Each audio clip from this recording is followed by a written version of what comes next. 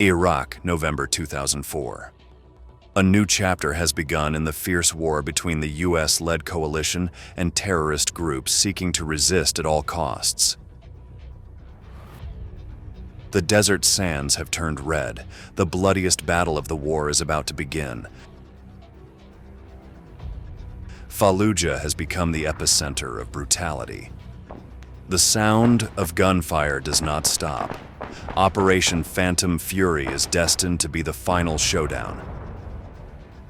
Thousands of American soldiers will carry out the most important offensive of the conflict. If they are victorious, they will finish off the largest insurgent stronghold, but if they are defeated, all will be lost. In this new video from Military Force, we will learn the story of the Second Battle of Fallujah, the savage mission that changed the course of the war. Strap on your helmet and join us as we travel through the violent streets of Iraq.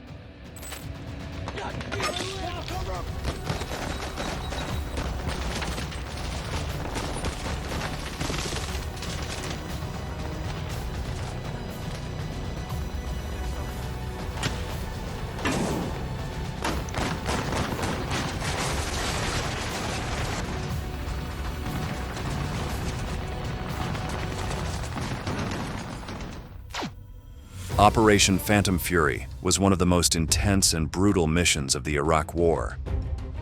This campaign took place in November and December 2004 and was carried out mainly by US forces. Its objective was to retake control of a key city which had become a stronghold of the insurgency. We are referring to Fallujah, located in the province of Al-Anbar, about 70 kilometers west of Baghdad. Violent conflict was not something new for this place. The territory had fallen into the hands of terrorist groups in April of the same year, after American troops were unable to contain the savage attacks of their adversaries. After the withdrawal of coalition soldiers, Fallujah became an essential operational center for elements of al-Qaeda under the leadership of Abu Musab al-Zarqawi. The city was filled with foreign fighters and consolidated as a symbol of resistance. The first battle had meant a heavy defeat for Uncle Sam's forces, but a second and bloody confrontation was approaching. The Americans had a clear goal: to clear the area of insurgents and regain control for the Iraqi government. In this way, coalition forces could destroy the networks that terrorists were building around the city, eliminate important al-Qaeda leaders, and dismantle the bomb and weapons manufacturing centers that had proliferated inside Fallujah. A new defeat would be an immeasurable blow to the war, definitively giving up this key region. That is why Operation Phantom Fury was no ordinary mission. The United States Marine Corps was in charge of leading it, with around 10,000 American soldiers. In addition, they were joined by some 3,000 fighters from the Iraqi National Guard. The enormous volume of troops would have to face a force of between 3,000 and 4,000 insurgents, who, despite being a smaller number, many of them were entrenched in well-fortified defensive positions. The tension on Iraqi soil was immeasurable, and it was about to get worse. A new hell would be ignited by the flames of war.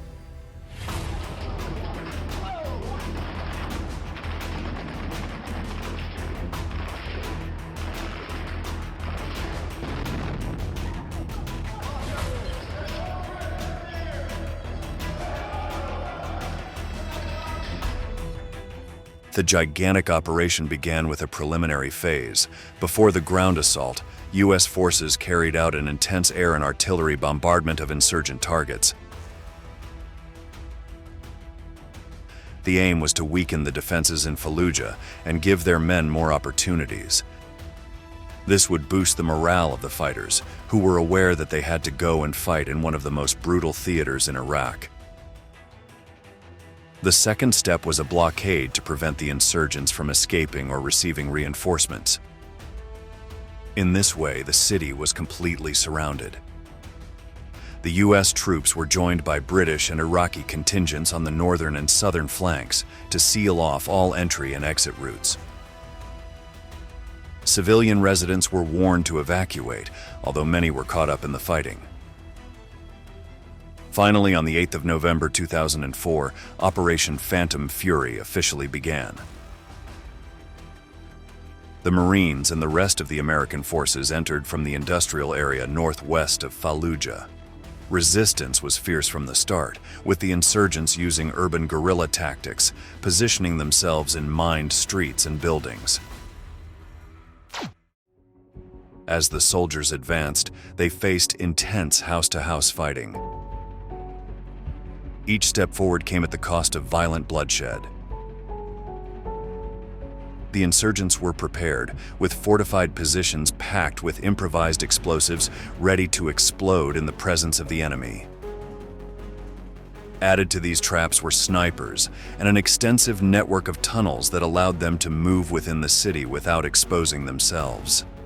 The Americans were in for a big surprise when they discovered all the challenges they had to face to gain ground in the fierce battle. Fire at will took over the scene, while ground troops were facing resistance from their rivals. U.S. aircraft, including fighters and helicopters, carried out fierce attacks from the air. The violent bursts had only one objective: to eliminate concentrations of terrorist fighters in high-density areas, and AC-130 gunships were the perfect weapon for the task. But yeah, the rules of engagement, if you saw someone, you could shoot them. Like, saw them. I mean, you know, just, it was like, I mean, at night, you know, Spectre was cleared hot, and it would just, we'd watch it, and it would just circle and just hammer. With this powerful and lethal air cover, the American forces advanced methodically through the city. They used infantry tactics, also supported by armor and artillery. They focused on key sectors of Fallujah, including the Jolan district, which was one of the main strongholds of the insurgents. In this scenario, the battle was brutal, as the terrorist groups were entrenched in complex defensive positions, using tunnels and barricades. To defeat them in this terrain, the Americans had to engage their enemies in extremely close combat, with Marines literally fighting house to house. On many occasions, the Iraqi extremists used buildings and narrow streets to ambush coalition troops. This type of fighting generated an atmosphere of extreme distrust and a very high level of stress among the soldiers, reaching the point of suffering strange experiences. I remember going back behind the window, I reload another magazine, and as soon as I pop out to shoot, it all goes black. And I remember this, this like profound exhale that came out of me, and I ended up on the ground. And that's when I had this out-of-body experience. At the time, I had no idea what happened. I thought I was dead. The experiences of a conflict as intense as the one that took place in the Second Battle of Fallujah often affect the participants psychologically, especially after the adrenaline of combat fades. However, in the case of this soldier, his mind led him to live a unique experience in the middle of a confrontation. A moment difficult to explain, which made him an easy and vulnerable target. I saw this top-down view of what was going on. I could see the fighters across the street. I could see my body. I could see my point man still shooting. I could see my other teammates on the ground. Like, what the fuck's going on? The soldier regained consciousness and continued his work. Operation Phantom Fury continued. It was slowly becoming one of the most brutal campaigns of the Iraq War. The relentless and merciless nature of the fighting caused the psychological resistance of the soldiers to reach its limit, and their morale was often broken. One incident that reflects this has to do with the execution of wounded insurgents. In the midst of the violent assault on Fallujah, an American Marine was responsible for shooting a battered terrorist inside a mosque. The Iraqi extremist appeared to be unarmed and incapacitated, but the American did not want to risk the enemy posing a threat, so he killed him without any mercy. Events like this generated a worldwide controversy, also highlighting the ferocity and horror unleashed by this war. Another episode that illustrates the savagery of this battle has the civilian population as its protagonist. As mentioned, many were warned about the mission and given the opportunity to evacuate. However, thousands were unable to do so and were trapped in Fallujah, caught in the crossfire. Fighting intensified, and U.S. forces were forced to take extreme measures to cope with the challenges of war. In this atmosphere of chaos, the distinction between combatants and innocents became blurred. The confusion in the city caused significant collateral damage. Hundreds of civilians were killed by bombings, shootings, and the use of heavy artillery in densely populated urban areas. But yeah, I mean, they got hit hard, like hard. At daybreak, you know. I mean, mortars, RPGs, PKMs. Yeah, I mean, it was big. But yeah, I mean, that was again, it just that like an Abrams shooting into the city. Yeah, like the main gun. That's crazy. It was just insane. Reports of bodies of entire families found in destroyed buildings reflected the human cost of the intense fighting. It is estimated that more than 200,000 civilians were displaced by the battle, and many of those who remained in the city suffered serious injuries or lost loved ones. This was part of the result of the fierce defense that members of the terrorist organizations exerted on every corner of Fallujah. The insurgents had prepared the city with a network of booby traps and improvised devices that detonated, causing enormous damage. They placed them not only in the streets but also in the city's infrastructure, in bodies of water, in toys, and even in ambulances and civilian vehicles.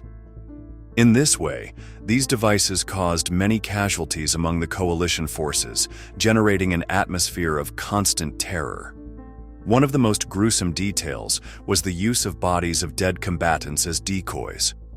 In some cases, the insurgents left bodies in open areas, waiting for American soldiers to come and check them.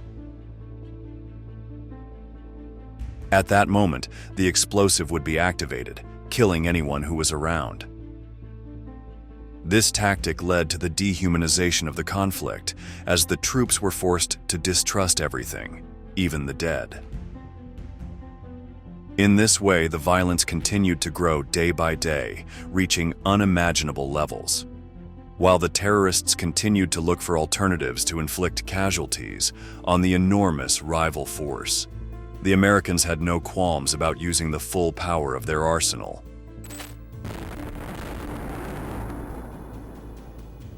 Target! We shot small rockets, AT-4s, main tank rounds, tow missiles, anything. If we knew there was somebody in a building, we used our snipers. We took the enemy out before we even had to go up and clear it the best we could.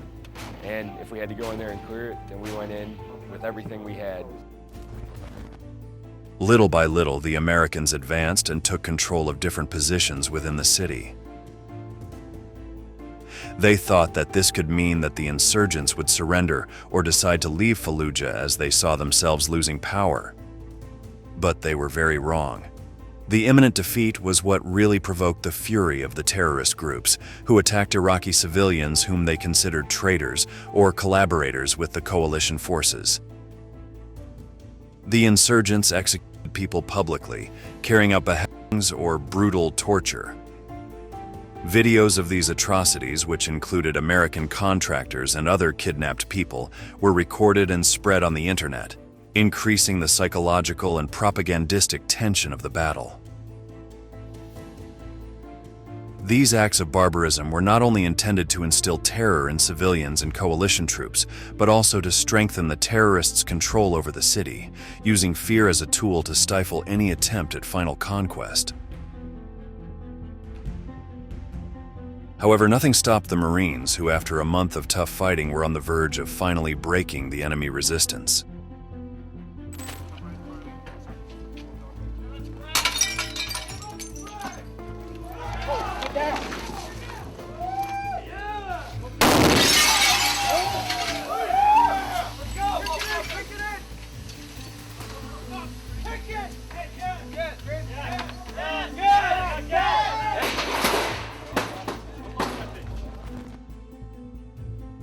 Finally, on December 23, 2004, Operation Phantom Fury officially concluded with the declaration that the city was under the control of coalition forces. By then, much of Fallujah was devastated. In the aftermath of the battle, it had been left in ruins. Entire roads destroyed, buildings flattened by tank and artillery fire, and almost all of the city's infrastructure demolished. Although victory was achieved, the price was high. For many of the soldiers who participated, the experience of walking through streets littered with rubble and corpses, seeing houses that had completely disappeared along with their occupants, left an indelible mark on their memory and mental health. Some described Fallujah as a ghost town after the fighting, with a smell of death lingering in the air. That impact on the American forces was profound. Many of the fighters returned home with post-traumatic stress disorder, either from witnessing the death of a comrade, the suffering of civilians, or the brutality of hand-to-hand fighting.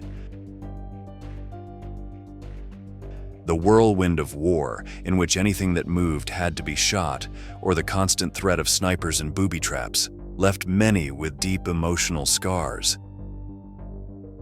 They only needed to close their eyes to see hell again.